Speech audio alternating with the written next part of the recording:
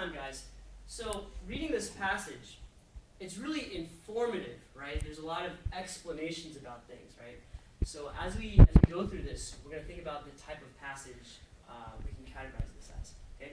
So paragraph 1, really they're giving us information about thermodynamic cycles, two different types of thermodynamic cycles. So I highlighted the 2 different types, clockwise and counterclockwise, and I also highlighted that closed systems don't have any change in energy, internal energy, right? So I annotated closed systems, no internal energy, no change in internal energy, and I drew out clockwise and counterclockwise to remind myself of where the different cycles are.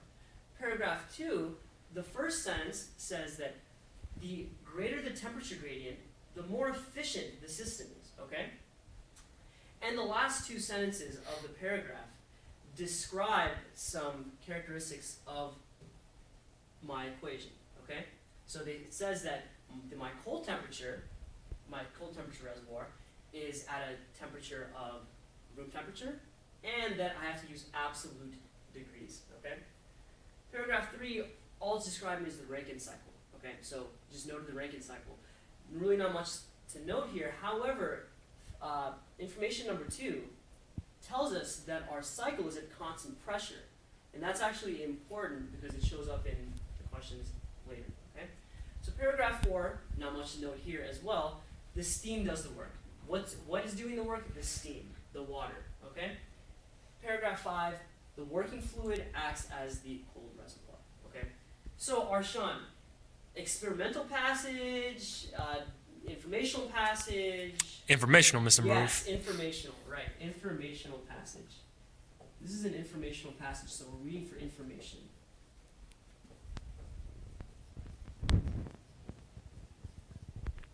Exactly. So just a lot of jargon, right? A lot of technical jargon, but they give it all to us, okay? So the first question, we're talking about what? We're talking about more or less a closed system, right? So, Arshan, where do we talk about closed systems? Thermodynamics. Right. Yes. This is the thermodynamic lecture.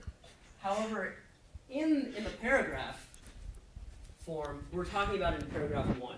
Thermodynamics is correct though. We just went over that. This is good. But paragraph 1. Okay. Paragraph 1. We saw that my change in internal energy is equal to 0, right? And the first law of thermodynamics is delta E equals Q added minus what, Arshan? Work. Work done by the system. Okay? So we see that if delta E is equal to 0, what does that mean? Heat added is equal to work done by the system. Okay? Q is equal to W by the system. Okay? So we match that to answer choice A. Okay? So, second question, more or less a memory or explicit question, right? It's a memory question because we're given a bunch of definitions, right? And explicit because they ask us about the Rankine cycle. Where do we go to find out some information about the Rankine cycle? Paragraph 3. Paragraph 3, right? In paragraph 3, we noted in our maps that it is at constant pressure. Constant pressure. So, we have to use our memory to match it to one of these words, okay? So, adiabatic, that means no transfer of heat.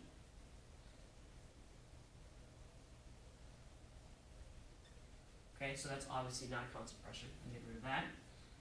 B is isochoric. What is isochoric? Constant volume. We can get rid of that. Okay, C, isothermal.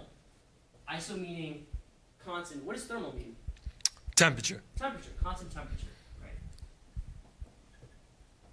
And that's obviously not right. However, isobaric is in fact constant temperature. Excuse me, constant pressure. Tried to trick you guys. Just kidding. No one's trying to trick me.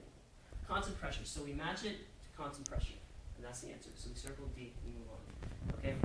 So number 3, our infamous 2x2 question. I actually like these questions because right away we can get it down to 50-50. So I don't really know why I said infamous. Famous question. I like these questions. So first of all, we look at our answer choices and they're asking us heat engine or heat pump. Okay. So what's the difference between heat engine and heat pump? It's the directionality of the cycle, right? So where do we get information about about heat engine or heat pump? Paragraph 1. Paragraph 1, exactly, Arshan. So we go to paragraph 1, right? So we go to paragraph 1, and is this cycle in clockwise or counterclockwise? Clockwise. It's clockwise, right? So we're going in a clockwise direction. So is that heat engine or heat pump? Heat engine. Heat engine. Heat engine. Okay. So right away, heat engine, boom, we can eliminate C and D, right? They have the answer heat pump, right? So now we actually have to calculate the work done. Tedious math. So our work equation is just simply pressure times volume, right? However, we have to calculate everything, the area under the curve, right? So what type of shape is this similar to? Triangle. Triangle. So what is the area of the triangles? 1/2 base times height. Exactly, 1/2 base times height, right? So our equations for the two triangles we have to add together is 1/2 times 3/2 times 2 plus, so this is a triangle 1, call it T1, 1/2, 2/3 times 2, and call this the second triangle, right? Adding these together by simplifying fractions, we get 13/6 P naught and V naught. And let's not forget P naught, V naught. Okay?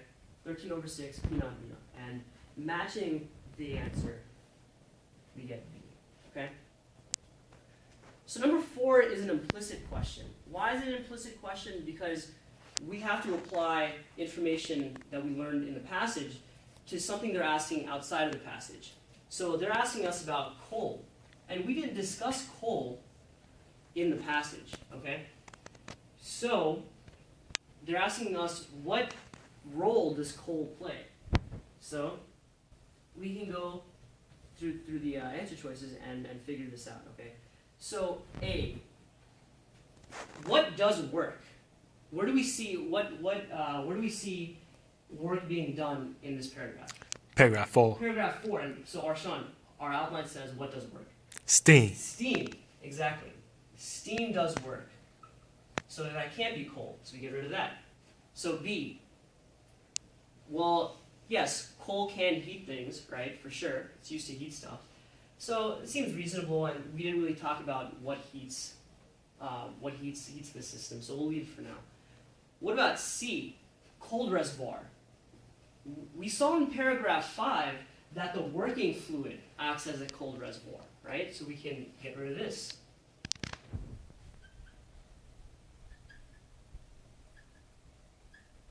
Right, paragraph 5.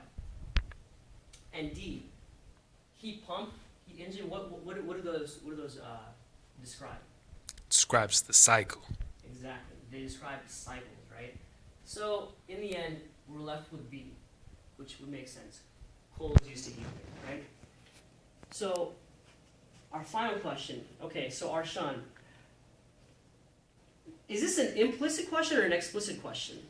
That's explicit. Right, it's explicit. It's definitely explicit because we're using the equation they give us right out of the passage, for sure, right? So we use equation 1, and we have to use some certain facts we learned about equation 1, and that's found in paragraph 2. So, substituting in our values, they say that, well, our hot temperature is at 550 degrees Celsius, right? And our cold temperature from paragraph 2, we said it was at room temperature. So around 25 degrees Celsius. Arshan, can we go ahead and just solve? Nah. No, we cannot, because in paragraph 2, we found that they said that we have to use absolute temperatures, so we have to convert this into Kelvin. And we convert it into Kelvin using our handy-dandy chemistry skills, or physics skills. So we just add 273 to each side, right?